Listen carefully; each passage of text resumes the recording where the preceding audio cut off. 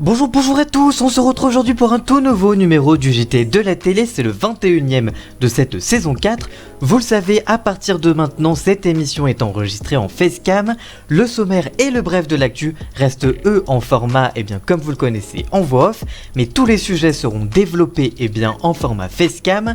Juste après donc, on se retrouve en facecam, mais avant, on aborde donc le sommaire. On parlera de l'arrêt de Alice Nevers, mais aussi des nouveautés de Top Chef, de la date de diffusion des portraits de L'amour est dans le pré. On parlera aussi de Zoubir sous la pression d'une enquête de l'administration policière à cause de sa participation au Prince de l'amour.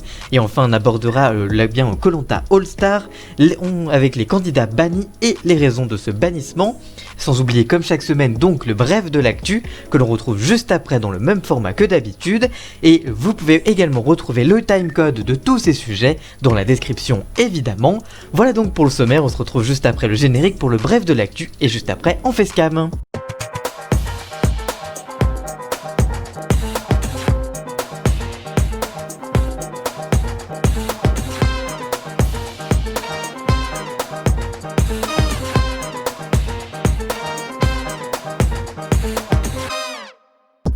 Avant donc de vous retrouver en facecam pour aborder les 5 sujets de la semaine, on aborde le bref de l'actu, et la série de la semaine c'est Je te promets, qui est l'adaptation de la série américaine This Is Us, diffusée depuis 5 saisons sur la chaîne NBC. Brigitte Desmolles et Julien Sémonet ont réalisé cette adaptation, un duo déjà à l'œuvre sur la version française de la série québécoise Les Invisibles pour Arte. Pour rappel, à cheval sur plusieurs époques, elle suit le destin de 3 enfants élevés par les mêmes parents. La série originale avait peiné à convaincre les téléspectateurs français sur M6 avec seulement 1,2 million de fidèles en moyenne. L'adaptation française sera diffusée à partir du 1er février à partir de 21h05. L'émission de la semaine c'est la saison 2 de Star à nu, l'émission animée par Alexandra Sublet et Chris Marquez dont on a déjà beaucoup parlé dans cette émission. Pour rappel, plusieurs célébrités vont s'entraîner à proposer un striptease complet pour sensibiliser au dépistage du cancer des testicules et de la prostate pour les hommes et du cancer du sein pour les femmes. Le premier numéro sera dédié aux hommes et sera diffusé le vendredi 5 février à 21h et la semaine suivante ce sera le tour des femmes. L'année dernière, les hommes avaient séduit 3,6 millions de téléspectateurs quand les femmes avaient convaincu 3,4 millions de curieux. L'arrêt de la semaine c'est celui de TPMP, elles refont la télé, présenté par Absatoussi. L'émission a fait face à la malédiction des nouveaux vendredis de C8. Depuis le départ de Mathieu Delormeau de TPMP People, l'access du vendredi est au plus bas et l'ex-chroniqueuse de Thierry Ardisson n'a pas échappé à cette malédiction. Après une relégation en pré-access, le divertissement avait chuté à seulement 161 000 fidèles pour la première partie et 247 000 téléspectateurs pour la deuxième. Elle n'était pas réapparue à l'antenne depuis. Invité sur VL, Absatoussi a été interrogé sur le sujet. Je cite: « J'ai eu beaucoup d'échos positifs et ça m'a ouvert des portes. J'ai fait une émission qui me correspondait. Cyril Hanouna était ravi, tout le monde m'a appelé pour me dire que c'était fantastique. Aujourd'hui je démarre cette année avec cette résolution. Je suis la marionnette de personne. J'aspire à des relations de respect réciproque. » L'émission s'arrête donc au bout de seulement 2 numéros. Les chiffres de la semaine maintenant, c'est pour les audiences à J+7 de la série Je te promets sur TF1, dévoilée vendredi dernier. Le premier épisode a ainsi été visionné par 856 000 curieux supplémentaires en replay, portant le total à 8,3 millions de Français.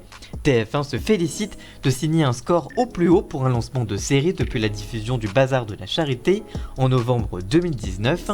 Le gain pour le second épisode est de 1,1 million de Français en plus, soit 7,9 millions de personnes en consolidé. Ce rattrapage est le plus important pour une fiction française depuis l'épisode des Bracelets Rouges diffusé le 9 mars 2020. Et enfin, la polémique de la semaine, c'est le magazine Public qui révèle cette semaine que H2O Productions, la société fondée par Cyril Hanouna, a adressé une lettre de mise en demeure à TF1 suite à la diffusion de La Grande Incruste, incarnée par Camille Combal en prime time le 16 décembre dernier. 5 millions de téléspectateurs avaient pu voir l'animateur s'inviter dans des émissions de télé, des clips, des séries ou encore des films. Un concept qui a agacé H2O Productions, qui a relevé des similitudes avec ce que faisait faisait Camille Combal lorsqu'il était encore dans Touche pas mon poste. Selon Public, un courrier donc a été envoyé menaçant TF1 de suite judiciaire pour ce que la société de production de Cyril Hanouna considère comme un plagiat.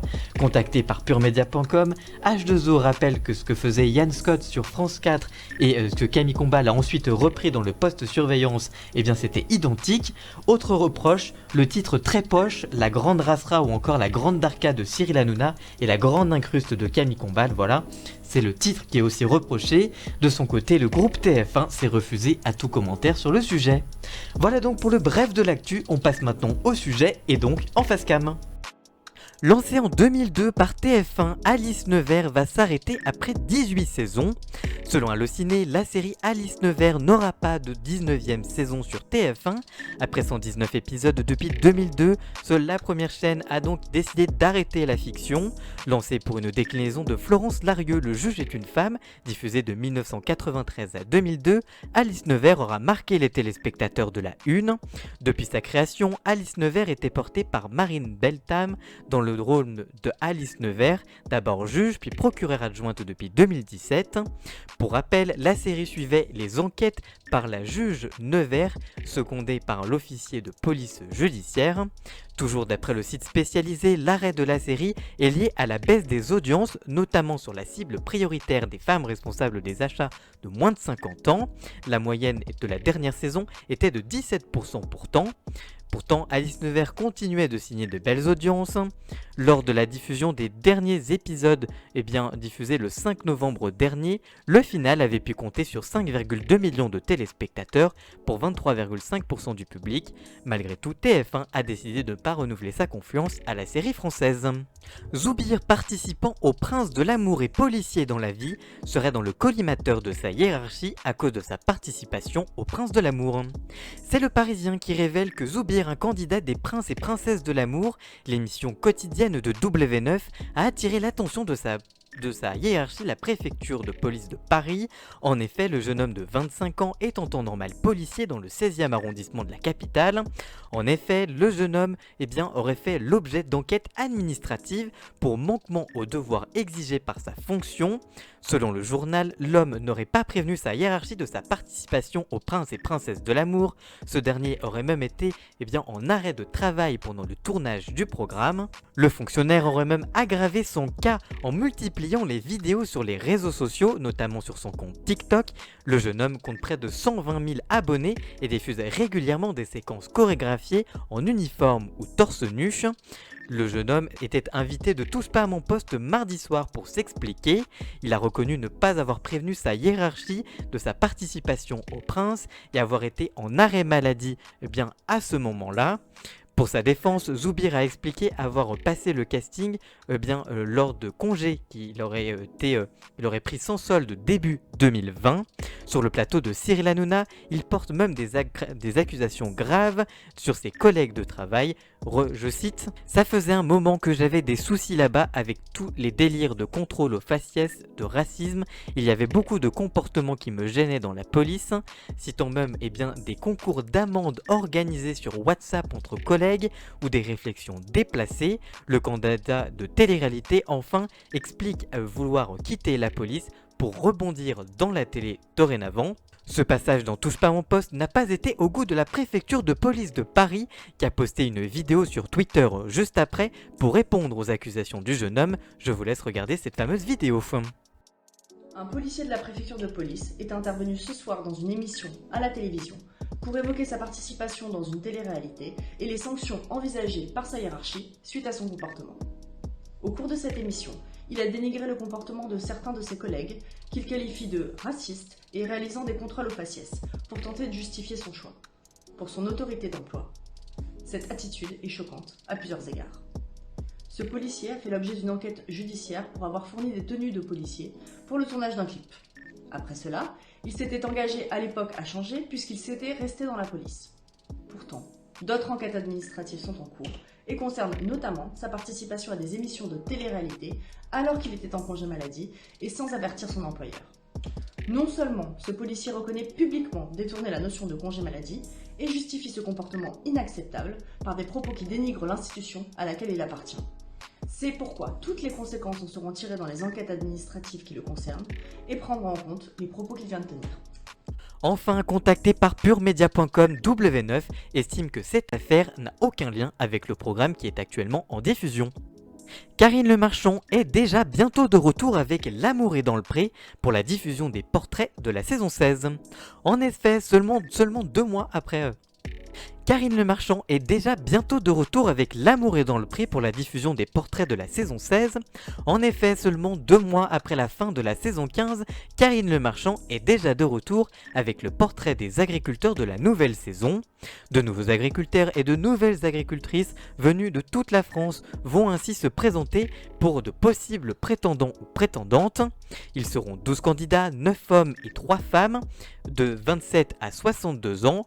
Comme chaque année, tous les participants vont se confier à Karine Le Marchand au cœur de leur exploitation. Les téléspectateurs célibataires pourront par la suite envoyer une lettre à la production afin de convaincre le candidat de le prendre en date. Début mars 2020, la première soirée dédiée au portrait de la saison 15 de L'amour est dans le pré avait attiré 2,5 millions de téléspectateurs, soit 11,8% du public. Côté cible, le programme avait rassemblé 15,9% sur les femmes responsables des achats de moins de 50 ans.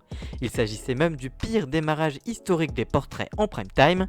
La semaine suivante, la deuxième soirée avait rassemblé 2,7 millions de fidèles. Et c'est le lundi 1er février à 21h que M6 présentera à ses téléspectateurs les nouveaux agriculteurs de la saison 16 de L'amour est dans le pré. Mais ce n'est pas tout, le lundi 1er février signera aussi le retour de Mon admirateur secret sur M6. En effet, à 23h, les téléspectateurs retrouveront l'émission de dating présentée par Julia Vignali. Pour rappel, dans cette émission, des célibataires décident de déclarer leur flamme à une personne de leur entourage qu'ils aiment en secret. Un rendez-vous est alors organisé dans un bar avec la personne admirée. La personne ne sait juste qu'elle doit rencontrer un proche, mais ne connaît pas l'identité de cette fameuse personne et la déclaration qu'elle va lui faire. Julia Vignali, elle, recueille l'état d'esprit du prétendant ou de la prétendante avant le rendez-vous et après la rencontre si les sentiments ne sont pas réciproques.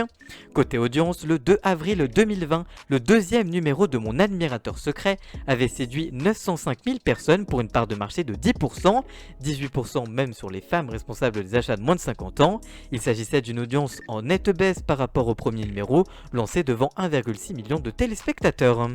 Pour cette info, on se retrouve en voix off. On parle de Top Chef et en effet, alors que la pandémie est toujours très présente dans le monde, Top Chef 2021 va s'adapter à la situation sanitaire. C'est le Huffington Post qui révèle que la célèbre épreuve de la guerre des restos de la saison 12 du concours de cuisine de M6 va évoluer. Il s'agira d'une version click and collect de l'épreuve. Cette pratique est devenue inévitable depuis l'épidémie liée à la Covid-19 et que la production a tenu à adapter au programme. Florence Delayo, directrice générale de Studio 89, a indiqué, je cite, « Top Chef a toujours été une émission en capillarité avec la société française, alors que cela nous semblait normal que les candidats de cette saison soient confrontés à la réalité de la restauration. » De son côté, Romuald Gravelot, le directeur des programmes de Studio 89, a précisé, je cite, « L'émission a été tournée en plein deuxième confinement et cela fait partie des nouvelles contraintes des restaurateurs, donc on ne pouvait pas passer outre. Les candidats seront principalement notés sur la vente à emporter. Cela les a contraints à réfléchir à comment créer des recettes adaptables aux contenants et transportables. Mais ce n'est pas tout, le tournage de cette saison 12 de Top Chef a été chamboulé par la crise sanitaire. Les 14 participants de l'émission ont été confinés ensemble durant toute la durée du tournage afin d'éviter les risques de contamination. De plus, la fermeture des restaurants a permis aux 4 chefs stars, Hélène Darroze, Paul Perret, Philippe Etchebest et Michel Saran, d'être plus engagés lors de cette autre saison. Alors qu'une prochaine édition All-Star de Koh-Lanta arrivera prochainement, la société de production ALP s'est confiée sur son choix de bannir des aventuriers du casting. En effet, c'est le Parisien qui a révélé que Adventure Line Productions travaille sur une saison exceptionnelle dans laquelle des candidats s'affronteraient de nouveau dans le jeu de survie, une manière de célébrer les 20 ans d'existence du programme en 2021. Pour le moment, aucun nom d'aventurier n'a officiellement été annoncé par la production. Malgré tout, les fans les plus avisés ont remarqué remarqué les sous-entendus de Martin Bazin sur les réseaux sociaux. Toutefois, un certain nombre de candidats seront malheureusement assurés de ne pas participer. En effet, la société de production Adventureline Productions s'est confiée sur le bannissement de certains candidats dans TV Mag. La société de production indique, je cite, « Nous l'avons déjà expliqué, les aventuriers qui participent à des émissions de télé-réalité pure y participent en toute connaissance de cause. Cela relève de leur choix. ALP a toujours été clair sur sa position à ce sujet. Ce n'est aucunement un jugement de valeur puisque ALP produit elle-même de la télé-réalité comme 10 couples parfaits. Il s'agit d'une décision conjointe avec TF1 qui se base uniquement sur la perception de l'aura des aventuriers. Aussi, et même dans le cadre d'un anniversaire important, cette position ne changera pas au-delà du fait que nous avons ni confirmé ni infirmé qu'un All-Star était en préparation. Parmi les noms d'ex-aventuriers que nous retrouverons pas à l'antenne, Catherine Brun qui a participé à la saison 4 des Anges, mais aussi Wafa El Majai, Benoît Essadi, Gesta, Dylan ou encore Tiffany Gonon, Angélique Massiot ou encore Inès de la dernière saison, qui se sont illustrés dans Les Anges de la télé-réalité ou encore La Villa des Cœurs Brisés, savent donc à quoi s'en tenir maintenant. Quant à cette édition anniversaire qui n'a donc toujours pas été officialisée, mais ce ne fait pas aucun doute que TF1 pourrait diffuser cette saison en septembre prochain. Voilà, j'espère que ce nouveau JT de la télé vous aura plu. Si c'est le cas, n'hésitez pas à le liker, le commenter, le partager. Merci encore à Jason alias Ian Scott pour la musique d'ambiance et le générique. Tous les liens sont dans la description évidemment. Et nous on se retrouve très vite pour une toute nouvelle vidéo. A très bientôt, ciao.